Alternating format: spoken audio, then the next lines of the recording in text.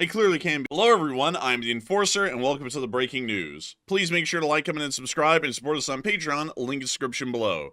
Today we have breaking news coming out of the Islamic Republic of Iran, as we've been able to hear that the Iraq heavy water reactor, the IR-40, has been destroyed in an Israeli airstrike, with the reactor vessel being burst open to the open air, and the reactor assembly being inoperable at this point. We have also been able to hear additional information that Israeli airstrikes have continued to hit throughout the entirety of the Islamic Republic of Iran, including the capital, where we've seen major airstrikes still hitting at this time. We have been able to hear that the Iranian government, or the IRGC as a whole, is now calling for the complete shutdown of all internet access inside of the country to stop the leak of information about Israeli airstrikes and significant damage that is currently being caused. Outside of that, we've also been able to hear that the Islamic Republic of Iran is still heavily floating the idea of closing the Strait of Hormuz, leading to U.S. naval assets making their escape yesterday out of the Persian Gulf and into the open sea, near to the Arabian Sea and the Gulf of Oman. We have also been able to hear that the United States of America is still on the very brink of war with the Islamic Republic of Iran,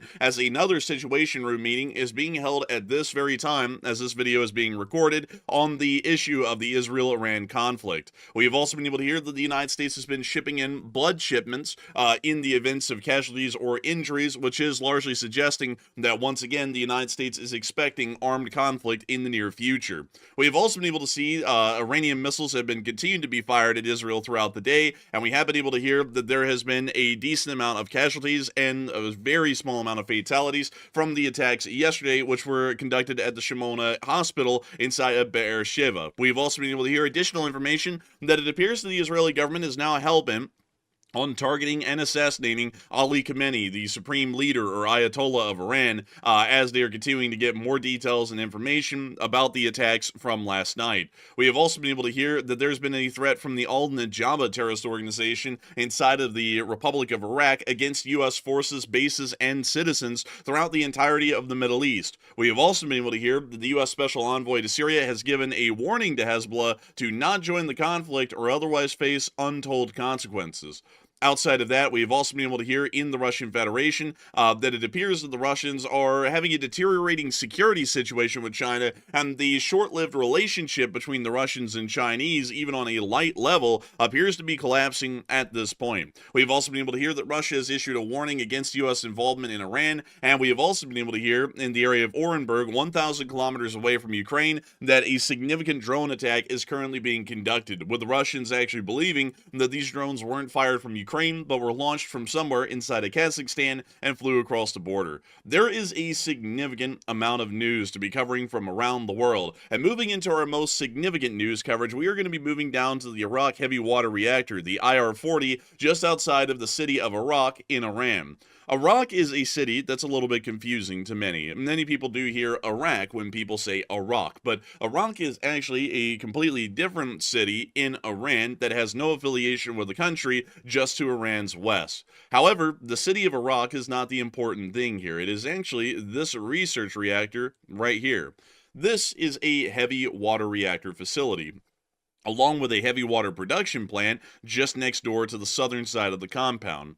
This reactor here has been significant for the Iranian nuclear weapons development programs, as we have been able to hear that this reactor appears to be able to produce a large amount of weapons-grade plutonium due to its reaction cycles. We were able to confirm that this system was destroyed in an Israeli airstrike just last night, and we were able to see the reactor dome did take a direct hit, according to Israeli surveillance footage, or largely Israeli reconnaissance footage, showing an Israeli airstrike hitting directly onto the reactor dome itself, which we can see in this clip right here.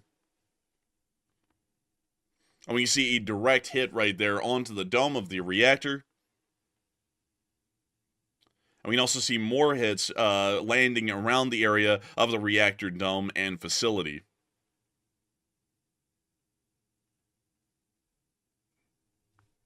And we see more angles of this footage here as well.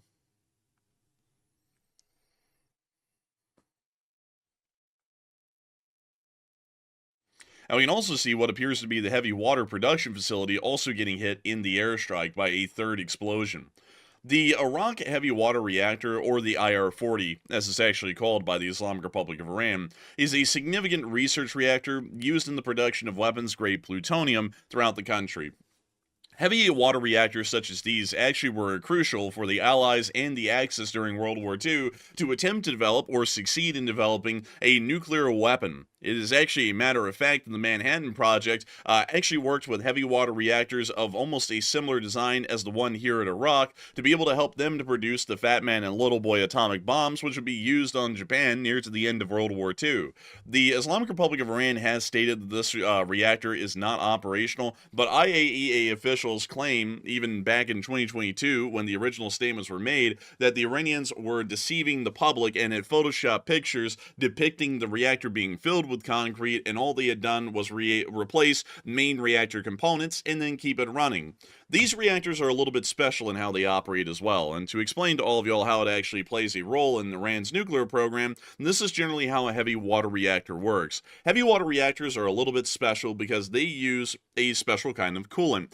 Unlike normal power plant reactors or energy producing reactors, which use normal fresh water as their coolant source, heavy water reactors are not able to use normal water as their coolant. They require something called heavy water, which is a water that is made through the fusion of hydrogen and oxygen through an artificial process that actually creates a water that is more conducive to the reaction of raw uranium. This reactor actually does not require any enriched uranium fuel to operate, and as a matter of fact operates off of raw uranium ore that is just plopped inside of the reactor vessel, and then the heavy water does its thing and it's able to produce a limited amount of steam, or energy for the large part.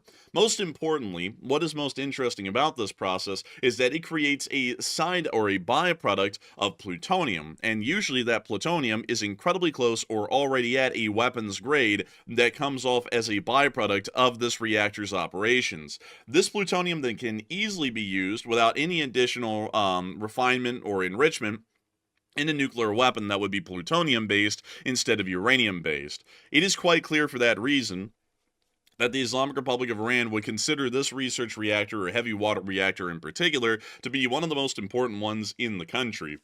And while the Israelis may be able in the end to destroy the Fordow and Natanz facilities, or the Fordow facility still being at large at this moment and lightly damaged from prior airstrikes, it is quite obvious that if this facility is not destroyed, the Iranians will still be able to possess weapons-grade plutonium to be able to create nuclear weaponry with. And for this reason, the Israelis did go after, strike, and destroy the facility. We were able to see some more satellite footage showing us the before and after pictures of the Iraq heavy water facility, which we can see right here. We can actually see the reactor dome in this picture right here before the attack, and then we could see it after the attack. Quite clearly, the munitions did strike directly on top of the dome, exposing the reactor dome to the open air and stopping once and for all any nuclear activities that were being conducted by the Islamic Republic of Iran at this facility. The Islamic Republic of Iran did claim years ago that they did shut down the facility and had not been operating it since then, but we largely have information to show, at least yesterday, that that would be markedly untrue. To show y'all something from our map that we had yesterday, at least when the first reports of the explosion were coming out, and if we come down here to the area of Iraq, you actually will see a picture here showing a billow of white cloud almost. It's not anything else rather than something that appears to be some sort of a raw form of a white cloud that was hit. What is interesting about this is that this generally looks like it is already some form of steam. And while heavy water doesn't produce a large volume of steam, this is still a significant amount of steam, enough to say that this most likely was the steam venting out of that operational research reactor, because every nuclear reaction, even heavy water reactions, do produce some form of usable steam. And that appears to be what this is, showing that that reactor was operational up until that final minute when it was hit by the Israeli airstrike and the damage exposed the top of the reactor dome and the boiling vessel inside of the reactor. Outside of that, it does appear that this strike was significant. We have not been able to hear of any radiological damage, at least at the moment, and last night we were able to hear that Iranian officials made a pretty surefire claim that it appeared that the facility actually was still operational, and they had claimed that every single personnel or operator at that research reactor, or heavy water reactor, had actually been evacuated before the airstrike was conducted, which, while making it sound like there were no casualties, It also makes it quite clear that if that research reactor was not operational, there wouldn't need to be a reason for staff to be present. And the reason that staff were present is because the reactor was still operational. Outside of that, we have also been able to hear that more airstrikes have been hitting the Islamic Republic of Iran overnight. We have been able to see significant airstrikes from just about everywhere. This explosion here actually occurred in a significant Iranian city near to the area of Tehran, which we can see in this clip right here. The smoke plume is solid white. We believe it may be another propellant fire for solid rocket fuel or some form of gunpowder, but it is quite a significant explosion. We also were able to hear inside of the capital of Tehran that the streets had pretty much emptied out as a result of these airstrikes and the endless evacuation orders that were issued both by the United States of America and the State of Israel. Iranian state media has insisted that the streets are empty because everyone in the city just happened to go on holiday, all at the same time, all as a major war is breaking out over their skies and also looming from the United States here in the future. But here are the empty streets of Tehran.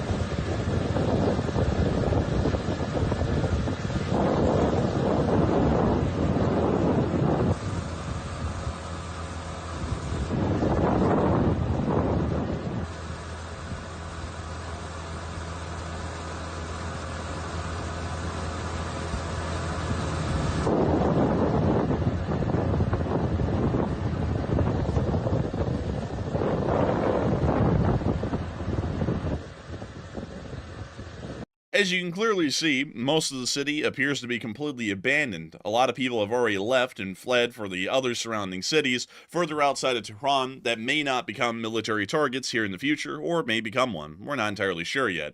Outside of that, while the Iranian police have been knocked out, the Islamic Revolutionary Guard Corps has not been, and they are now calling for a complete internet shutdown across the country. According to the IRGC-affiliated Tasnim news agency, they have called for a full internet shutdown in Iran amid the ongoing conflict with Israel, describing it as a necessity and, quote, to disrupt enemy cyber attacks and drone operations. It does appear that the Islamic Republic of Iran is trying to stop additional information getting out of their country that is showing that they're getting hit heavily and damaged significantly, and they are hoping that the Israelis will most likely keep their internet on, so that way if any other missile strikes are conducted that are able to cause any sort of casualties or fatalities, that will be the only information getting out, and the successful Israeli strikes on Iran will not be getting out whatsoever, at least at this moment. So it does appear that the Iranians are once again trying to clamp down on the security side of things. Outside of that, we've also been able to see that the Iranians have been continuing to launch ballistic missiles over the course of the past 24 hours. We were able to see that they once again showed more footage of the True Promise 3 missile operations targeting and attempting to strike Israel. We did see yesterday that unfortunately they had a good deal of success. One of these missiles actually hit a significant hospital within the area of the Shiva city area, and we also were able to hear of several impacts inside of Tel Aviv. Nevertheless, here's the footage.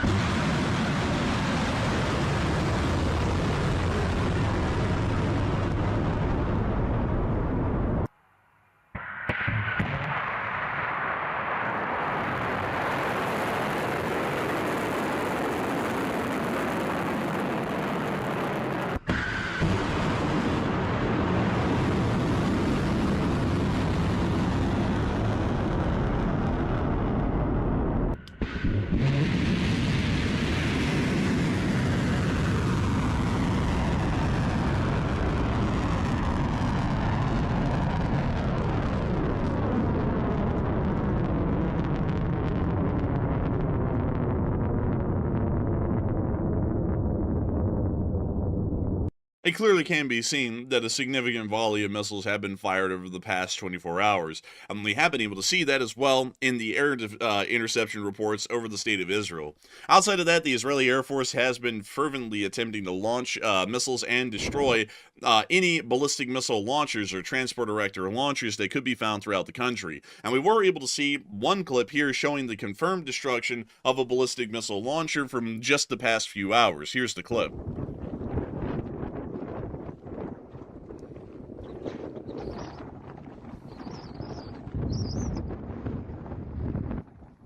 We can also see another picture also showing us another destroyed launcher that appears to have been knocked out just recently as well. The damage is fresh. We have not been able to see any rusting. Whenever vehicles like this catch on fire, rusting is very quick to follow, usually within the next day or two. So that means that these ballistic missile launchers were destroyed in about the past 36 hours at the minimum, meaning that the Israelis are still targeting and destroying these ballistic missile launchers as rapidly and effectively as they can. It is starting to show a little bit, at least with how the Iranians are attempting to respond to the Israelis, because we did see that there was a low tempo of missile fire for some time, although it's starting to ramp back up, possibly showing that they were trying to hide the ballistic missile launchers, or the TELs, for a while before they brought them back out and started to launch attacks on the Israelis again. So Israeli air operations do have a positive impact, from what we can tell at the moment, in suppressing Iranian ballistic missile operations against the state of Israel. Outside of that, we also were able to see these missiles actually flying over Iraq on their way to Israel a while ago, and the sound of them is terrifying.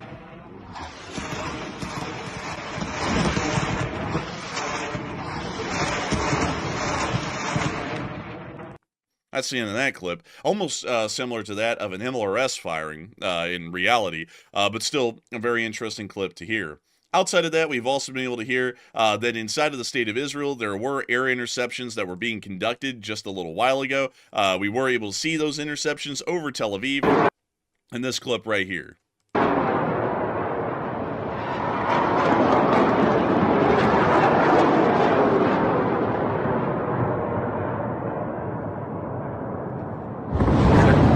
We can also hear the impacts as well. There were impacts that were recorded. Outside of that, we've also been able to hear that there was actually debris of some of the shot down missiles, including the plumbing and engine works of this Shahab 3 intermediate range ballistic missile, or shorter range ballistic missile, that was shot down over Tel Aviv just a little while ago. And you actually could see the plumbing and engine works of the missile right here in this picture. Outside of that, air defense reports from Israel are not looking that positive today. We have been able to hear that only 65% of the missiles launched by Iran in the last 24 hours were intercepted by the country's Iron Dome system versus almost 90% in the days before. We are not exactly sure what is leading to this discrepancy in Israel's ability to shoot down these missiles today. We do understand that they are far away from running out of interceptors at the moment, and so we are not exactly sure why the interception rate was only 65%. This is abysmally low. I got to make that incredibly clear. Westernized air defenses usually have an incredibly high air interception rate, and Ukraine, which uses a hybrid westernized air defense system and almost Soviet or technical style air defense system, usually has a higher than 80% interception rate, almost 90% on most days, even using missile and gun-based air defense systems combined. The state of Israel is starting to show that there may be a discrepancy or a weakness in missile-based defense systems, primarily as your main line of aerial defense. We have been able to see that Ukraine has been able to guarantee that all threats, no matter what speed or variety, can be engaged and shot down with a great deal of success with gun and missile-based interceptors. So it does appear that, at least for lessons learned here in the Greater West, that most countries need to develop, research, or re-implement gun-based air defense systems and not entirely rely on missile-based air defense systems like most Western countries, including the United States, are currently relying on right now, as we are getting clearer evidence and information here from both the ongoing war in Ukraine and the ongoing conflict in the Middle East that gun and missile-based air interceptions appear to be far more successful than purely missile-based or purely gun-based interceptions. We also were able to hear outside of that there were more interceptions being conducted inside of northern Israel today, near to the area of Haifa.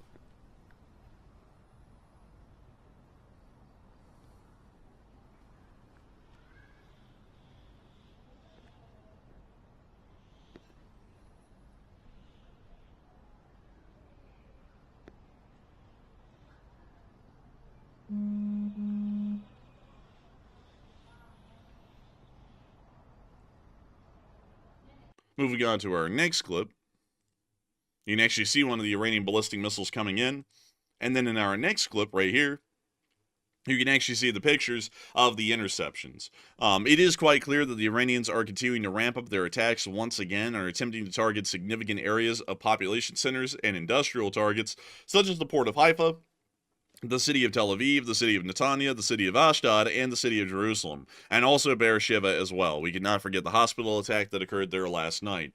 Outside of that, it does appear that the United States is soon on the heels of what's going on in this region and appears to be poised at this moment to join the Israelis against the Islamic Republic of Iran here in the very near future. We were able to hear that a U.S. statement now says that practically every U.S. naval asset, most likely UK naval asset as well, has left the Middle East, as well as non-sheltered U.S. Air Force aircraft that were at Al Udeid Air Base. All U.S. Navy vessels previously forward deployed at naval support activity Bahrain have been repositioned outside of the Persian Gulf due to the threat of encirclement. We have also been able to hear that blood shipments have also been brought in as well by the United States, as medical logistics have been reinforced with pre-positioned blood supplies deployed across the CENTCOM region in case U.S. forces are attacked. We also were able to hear additional information on top of that, that there is another Situation Room meeting going on at this moment with the President of the United States. That was to be held at 1 p.m., I believe, Eastern Time. And so either that is going to happen in 15 minutes, or if it's on Central Time, which is the time zone that we're on recording this video for this channel,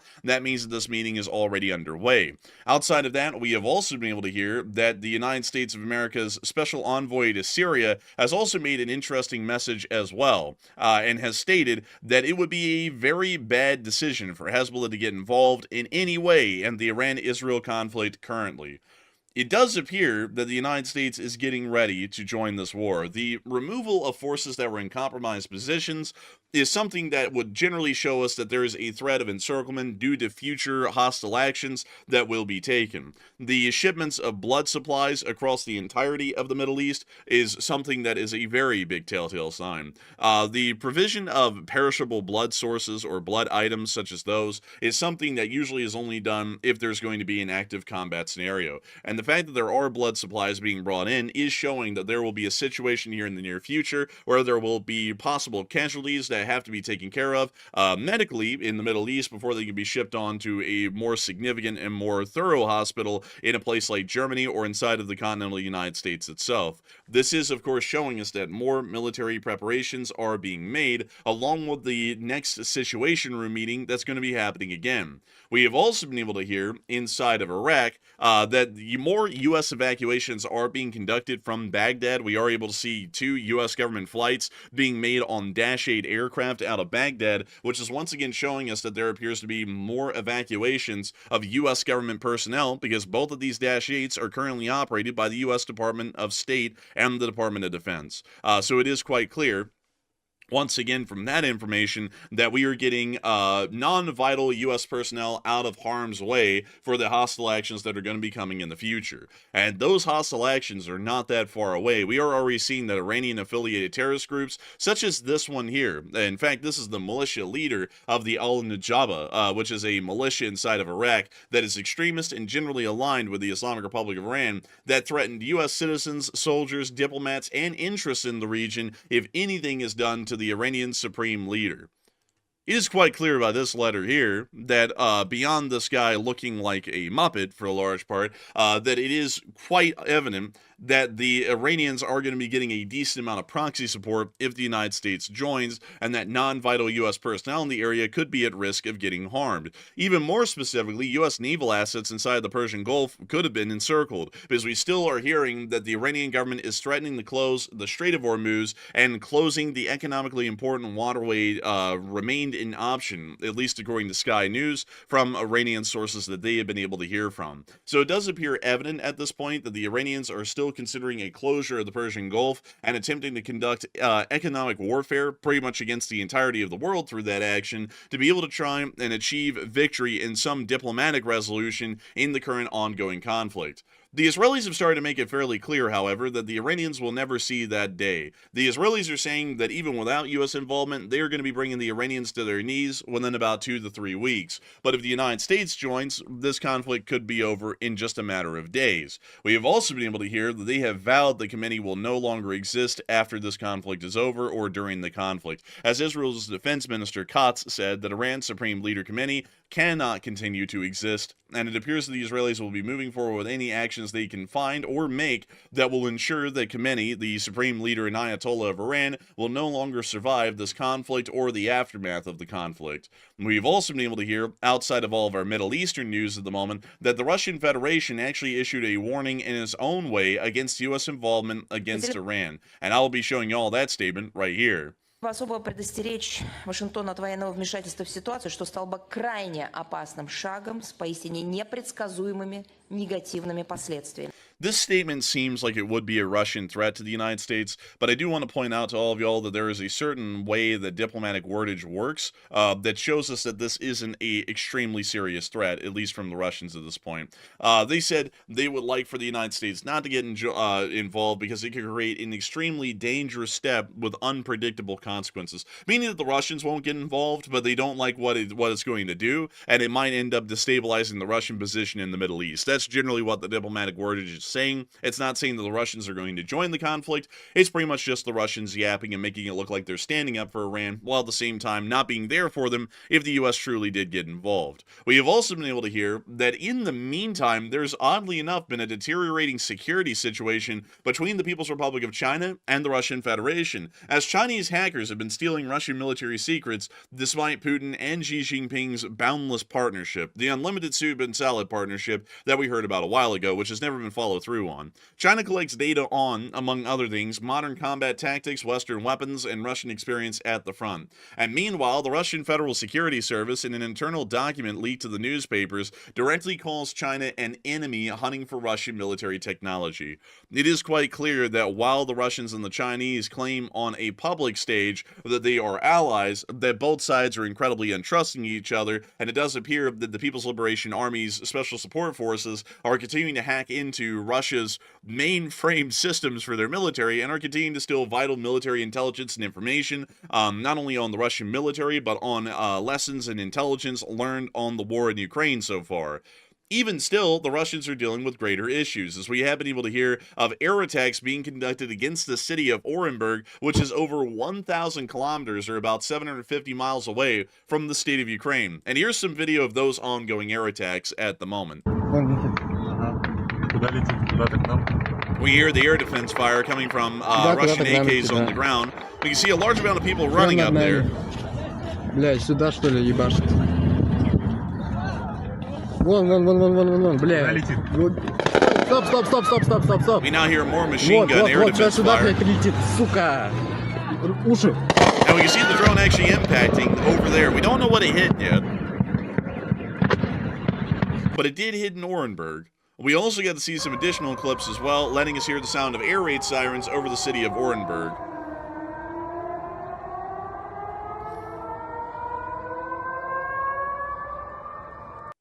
And we also got this clip. Вот как вот не будет страшно после таких звуков? И вот что мне делать? Хватать спящего ребенка, одевать, самой одеваться и куда бежать? Вот очень страшно всегда.